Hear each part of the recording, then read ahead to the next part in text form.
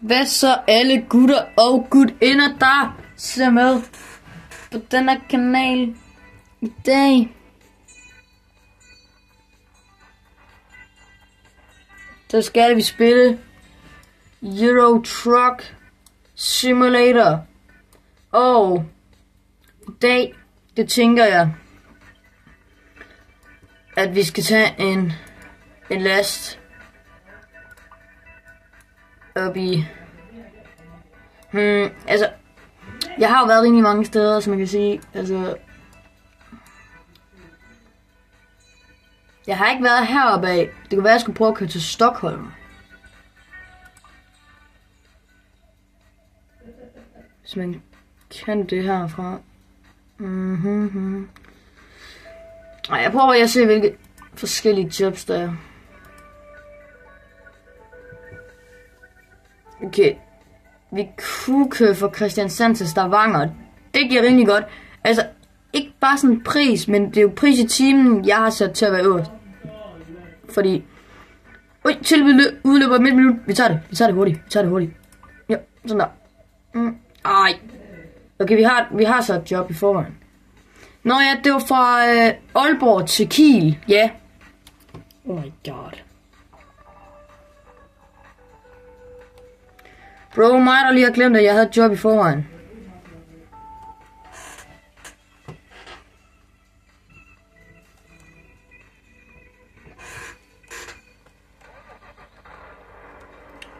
Så kører vi en fucking Renault.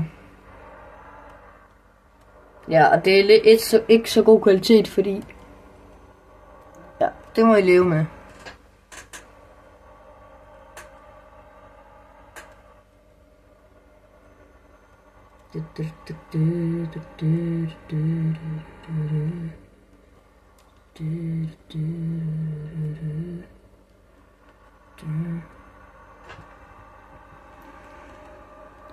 Jeg er lige kørt ud fra Aalborg, ikke? Og der står allerede Aarhus her. Og Svenstrup, jeg ligger lige derinde. Seriøst.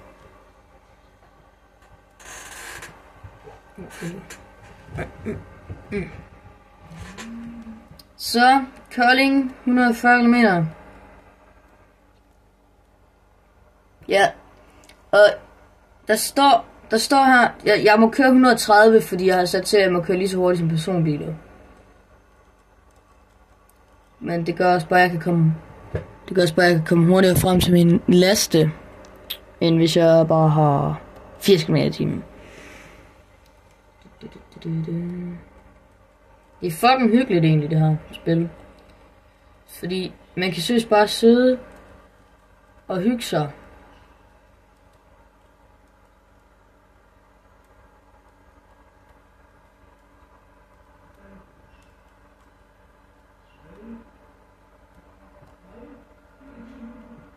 Men jeg tænker, at jeg laver det her til en serie.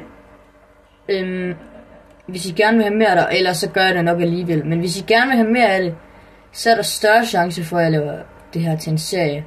Men jeg gør det nok alligevel. Altså, jo mere I sådan kan lide det, jo flere, altså jo flere afsnit, tror jeg, der kommer. På en eller anden måde.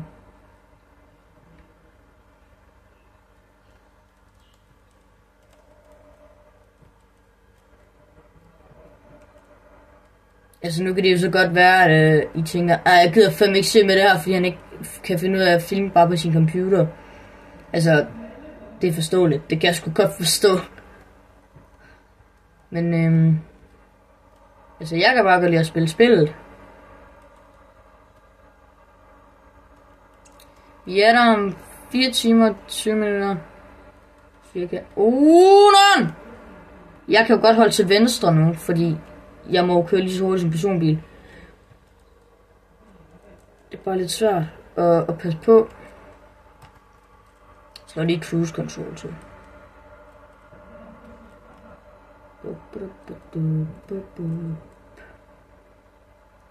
Aarhus V, Aarhus Vest. Så skal man dreje derind, hvis man kan til Aarhus Vest. Men det skal vi jo ikke. Vi skal jo hele vejen ned til Kiel jo. Det har jeg sådan set aldrig kørt før, så det bliver spændende. Så måske skulle jeg lige... jeg skulle måske nok... jeg var dum. Jeg skulle have kørt derind og tanket. Jeg mangler fandme noget brændstof. Den kan godt klare lidt mere.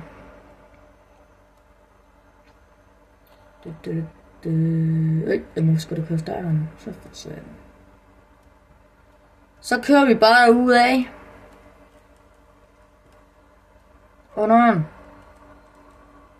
Nej. Bum, bummelum.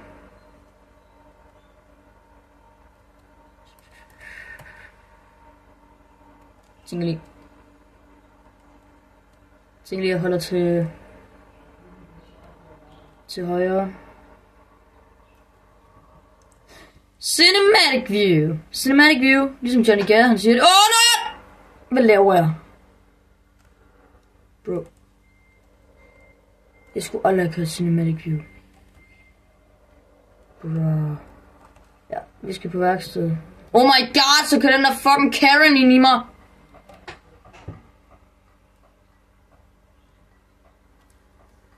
Ja. Der er lastbiler, der kører galt. Du må lige vente. Alle sammen her nu. I må lige vente, for jeg skal på værksted nu.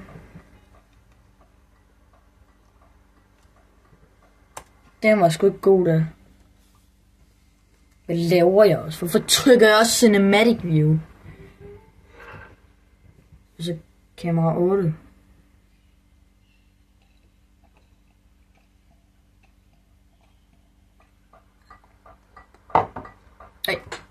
Okay. Så skal vi lige reparere den her. Der er også noget nu jeg kører i jo.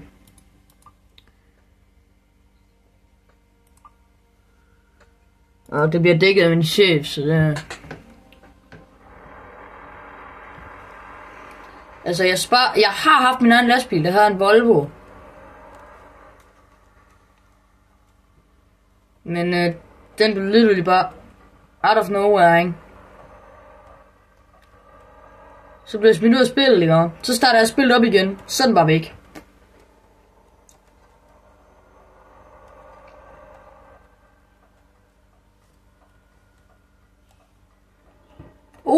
Vi kommer lidt for langt ud der. Holder lige for rødt her.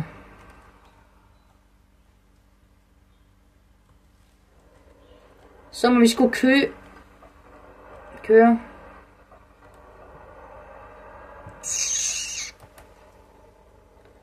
Bum.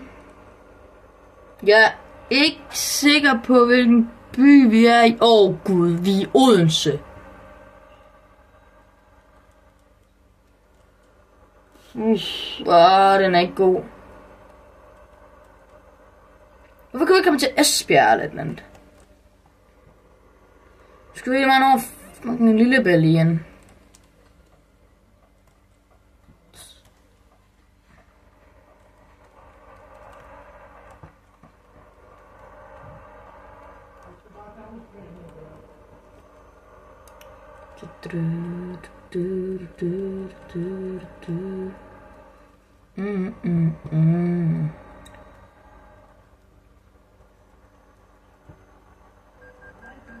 Oh my god! Tjekker lige, kører vi lys. Ja, det gør vi. Det er svært at dreje sådan her. Ej! Det var bare trilleskade. Vi skal både tank og sove. Den er ikke god. Den er virkelig god.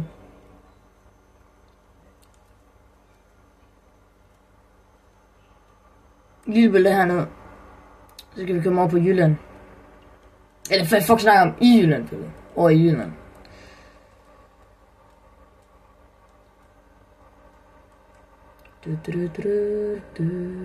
Jeg tænker lige at lave en timelapse indtil jeg er ved sådan...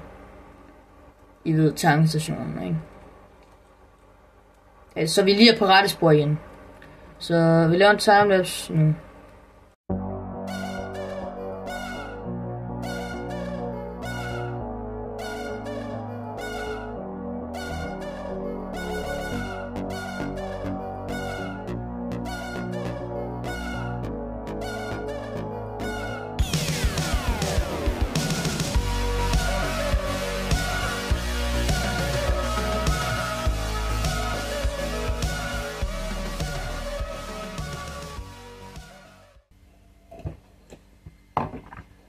Så er vi sgu tilbage fra timelapse. Eller måske skulle jeg faktisk lave flere af de her timelapses. Altså sådan... Altså for eksempel, det er jo lidt kedeligt bare at se på mig cruise til Kiel.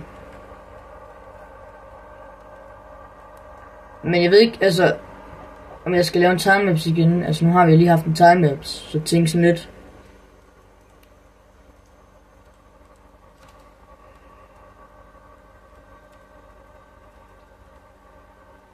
Vi kan også bare lave en timelapse indtil at vi drejer af, sådan mod Kiel, ikke?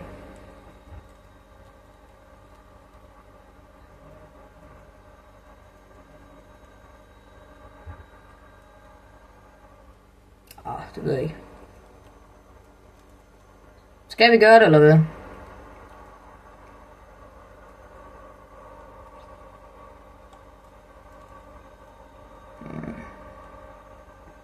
Når der er 2 timer tilbage af vores last, der er 2,5 timer tilbage nu.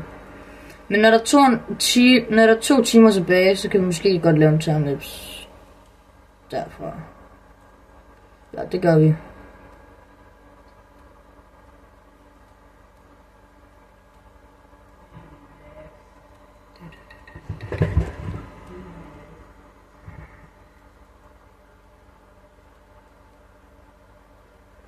Så for satan, så er der fandme resteplads her.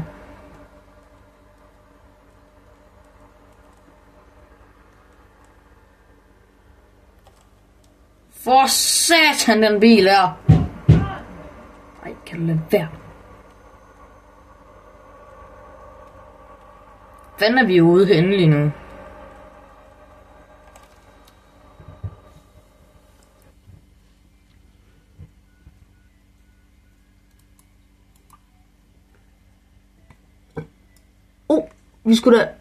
Vi kan sgu da over grænsen her lige om lidt. Hvor vi så skal dreje af her nu. Ind mod Kiel. Okay, der er faktisk ikke engang så langt igen.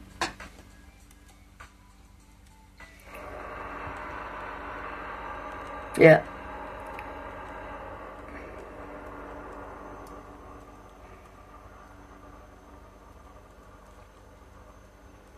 Så der er nærmest 2 timer tilbage nu, så tænk lige om timelapse. Lige om her lidt. Så jeg er også lige oppe i fart med den her gamle Renault. Nu laver du bare timelapse redigering, Martin.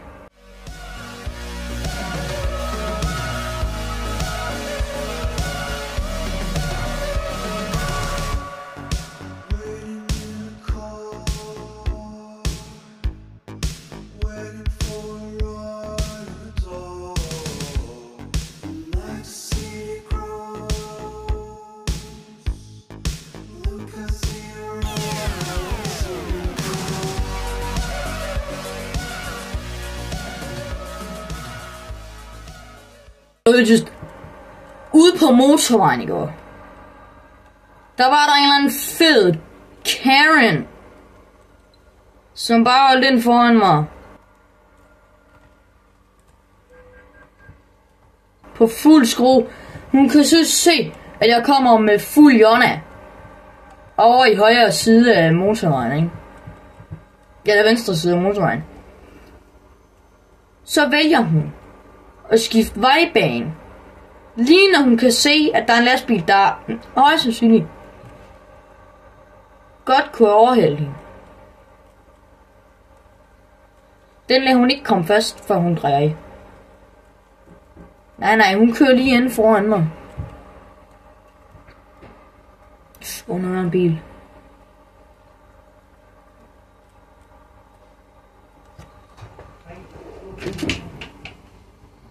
Man. Jeg skal bare lige lukke den. Der.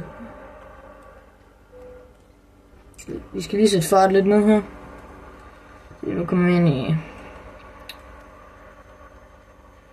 Oh my god, det vil jeg ikke. Hvorfor er der der musik på? Det skal først være der med, når man fucking 1 time og 50 minutter. Du kan altså ikke sætte den der musik på nu, jo. Bro, jeg er der om 19 minutter, jo. Der er slet ingen stress her. Hvad snakker du om? Bro. Jeg har aldrig været i Kiel før. Så lad os se, hvordan Kiel ser ud.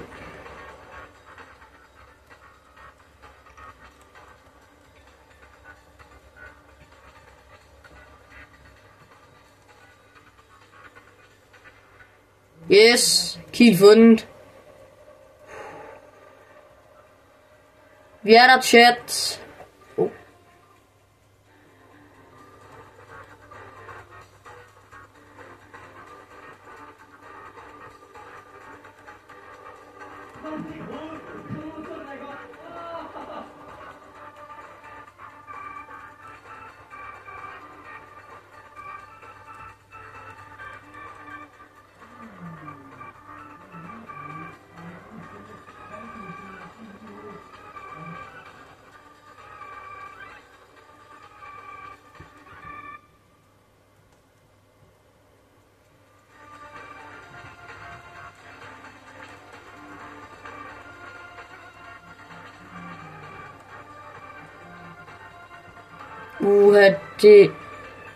Det ligner for... Oh my god, der. Det er spillet... Prøv at hvor godt det er, vi kører i Kiel, ikke? Kiel er ægte by. Prøv over det. De er bare sådan shrinked mappet. Oh nej. Oh nej, chat.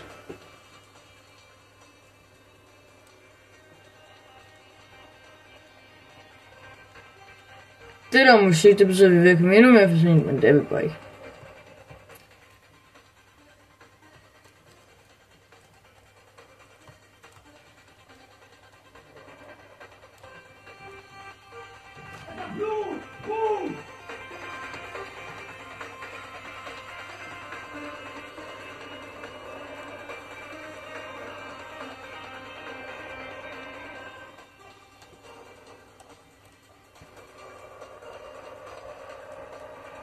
Bum, alle sammen. Vi er ved at være der. Kom nu lidt.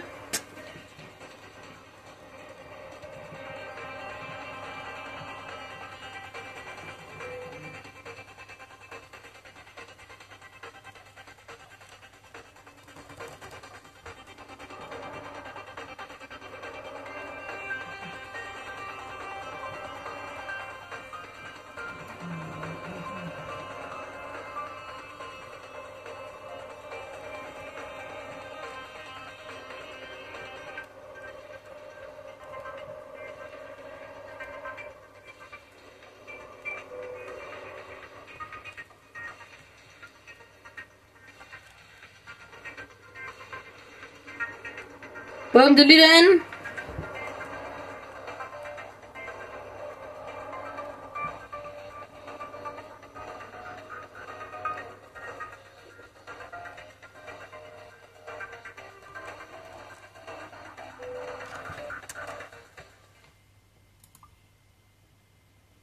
Jeg er ikke så god til det at spille nu med at parkere og sådan noget.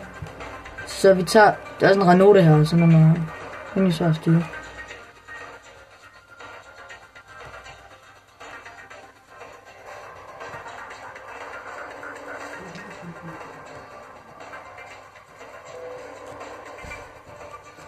Bum! Yes, alle sammen. Vi gjorde det sgu. Vi gjorde det sgu alle sammen tilfredsstillende job, og vi får vores 46.000 kroner. Skadstraf, der er der minus 7.000, så det er derfor, vi ikke fik så mange penge, som vi nok burde have fået. Nå. Hvor skal vi køre fra nu, mine damer og herrer? Vi kunne... Der er rimelig mange jobs. Skal vi prøve at køre i England? Ej, jeg skal ikke starte i England, fordi så er det retarderet lorteret. Vi skal prøve at køre nogle steder, vi ikke har kørt. Så måske kunne vi tage... Vi kunne godt køre til... Der har vi været. Der har vi været. Der har vi også været. Der har vi også været.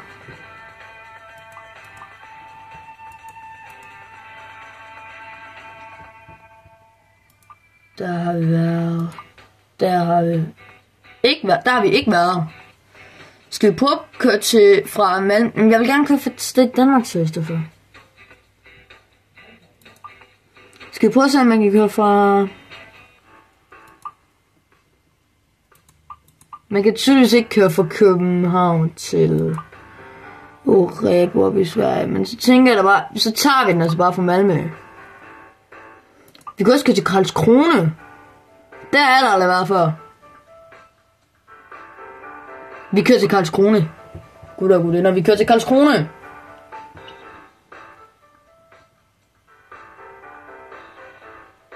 Gutter og gutinder. Vi skal til Karlskrona.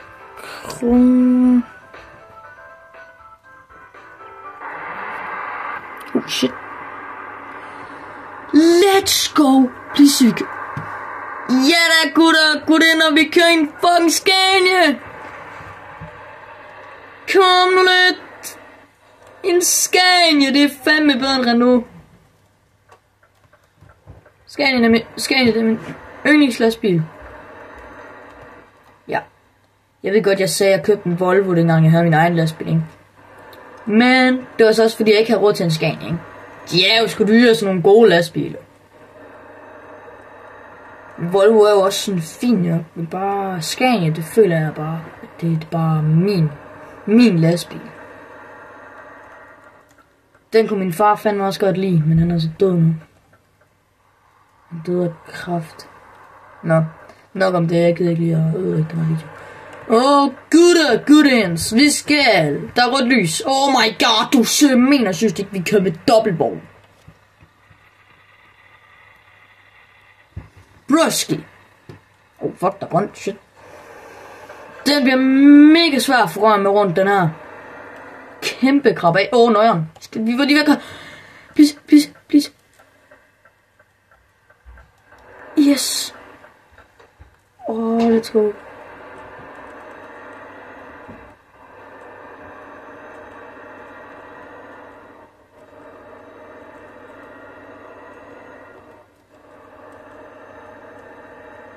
Jeg tænker bare alt det tid, hvor vi er på motorvejen.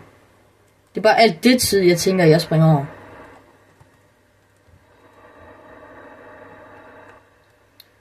Men nu skal vi jo så også kun lige til Karlskrona, ikke?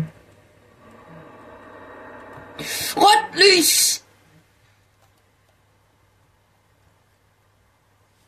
Fik vi ikke engang bøde for det der? No way, vi fik bøde for det der. Det der... Ja, okay, der er grønt nu. Hvordan fik jeg seriøst ikke bøde for det lort?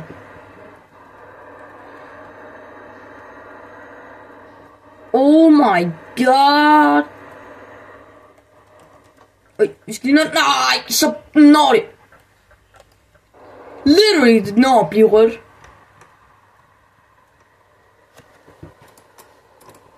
Bro, jeg kan ikke engang zoome længere ind. What the fuck? Bro, hvordan? Men sådan, hvorfor fanden får jeg ikke bøde? Hvad fuck sker der? Fanden får jeg ikke bøde for at køre ud over? Men jeg synes, Scania, ikke? Så er det bare lidt det minus ved det, vi kører med dobbeltmor, men det kan Scania heldigvis godt trække, jo.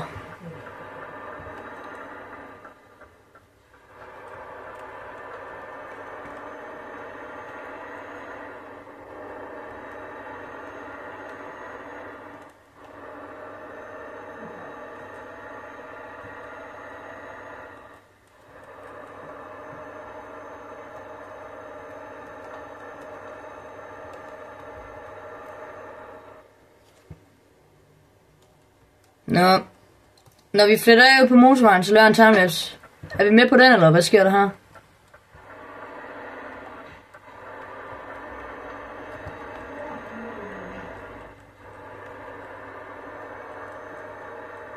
Vi laver timelapse, når vi kører på motorvejen. Og vi laver timelapse nu. Vi ses, venner, når vi er i Karlskrona.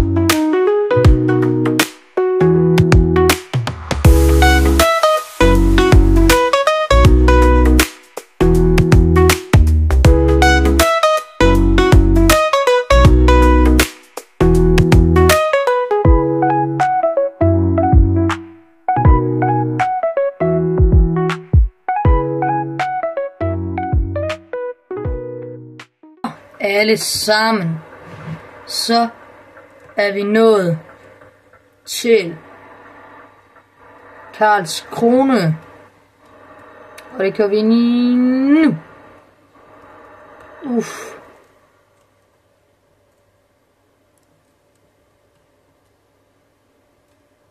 Hvad så, venner? Er vi klar til Karlskrona, eller hvad sker der? What the fuck? Fanden. Ja.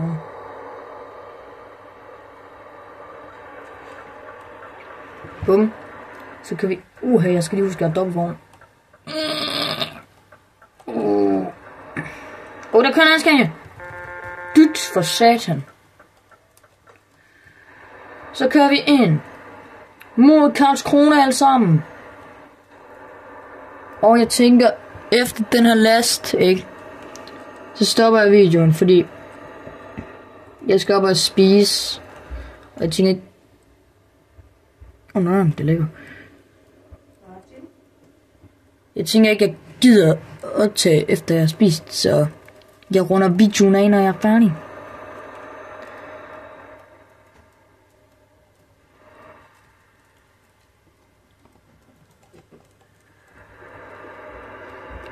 Så skal vi bare lige nu her for enden ind til Norsken. Det var faktisk der vi kørte fra. No. Shit. Vi kom ind med rammen. Jeg kører som en fucking brækker.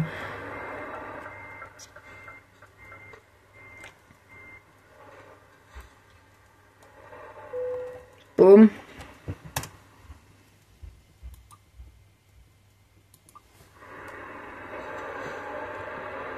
Jeg skal bare lige hen og parkere. Nej. Ja, Jasper.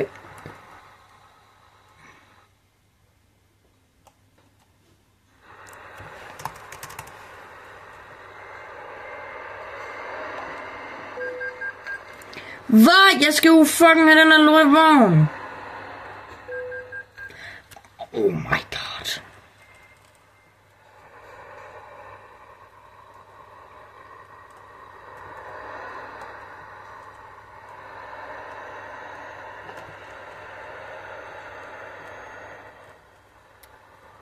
Vi kører og parkerer. Det er svært at parkere en dobbeltvogn.